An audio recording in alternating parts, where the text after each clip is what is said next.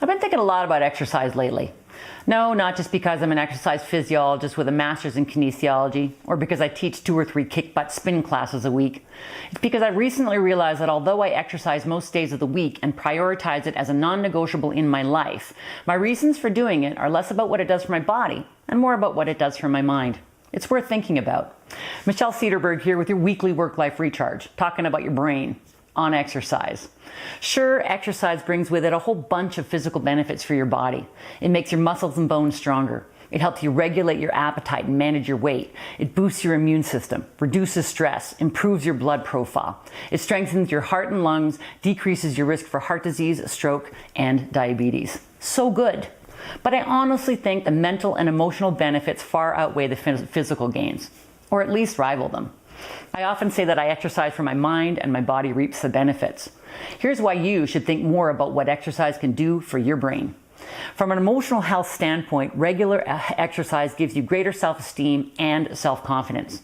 Think about how good you feel when you get that workout done. Oh, endorphins. And when your efforts start to bring physical results, when you like what you see in the mirror, that often translates into a stronger belief in yourself and a change in how you carry yourself as you go about your daily business. People notice confidence. And when you've got more of it, you also reach for bigger goals. Regular exercise also improves brain function. How? Well, your brain represents only about 2% of your body's weight, but because it's so rich in nerve cells or neurons, it is the most energy-demanding organ in the body, using up to 30% of available blood sugar or glucose in the body. Exercise gets blood flowing throughout the whole body, including your gray matter, and that blood brings the brain that vital glucose for energy and good old oxygen to soak up the toxins that are left over from all that work your brain's been doing. It also stimulates the protein that keeps neurons connecting. So when you exercise, it's literally a mind-clearing experience that helps you think better and with more focus. It reduces anxiety. It improves creativity, critical thinking, reaction time, problem solving, long-term memory, attention span. Think about the impact of all of that to your career success. I mean, talk about a competitive edge. It's mind-blowing, really. It's why well-designed workplace wellness programs are so important to an organization's success. Research shows that fit employees are more capable than sedentary ones at thinking on their feet and producing results when they're most needed. For companies whose competitiveness rests on creative and intellectual horsepower, that kind of mobilization can bring with it a serious strategic advantage. So how much is enough?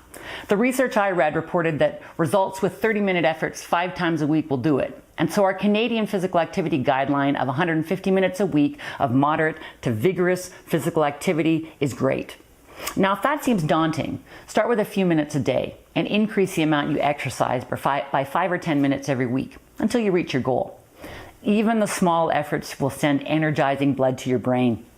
Brisk walking or running are always great, accessible choices, but other activities such as swimming, stair climbing, squash, biking, dancing, they'll also benefit your brain. Anything that gets your heart pumping so you break out a sweat makes for one happy brain. Watch last week's episode on intensity for more of the benefits. So the next time you're talking yourself out of exercise because you have too much work to do, think instead of using it as part of your business strategy.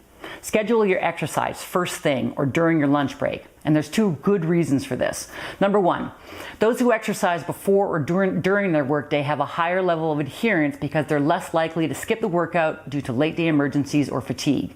And number 2, the earlier you get moving, the sooner you can reap the full benefits of the brain boost it will give you.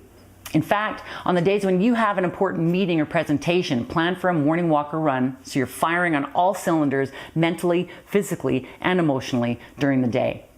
Hey, and if you want to learn more about the programs I offer that will help you set up a successful workplace wellness program, connect with me via worklifeenergy.com. I'll guide you and your team towards better health and productivity. That'll be good for you, and it'll be good for your business. So until next time, I'm Michelle Cederberg, helping you transform your work and life one recharge at a time.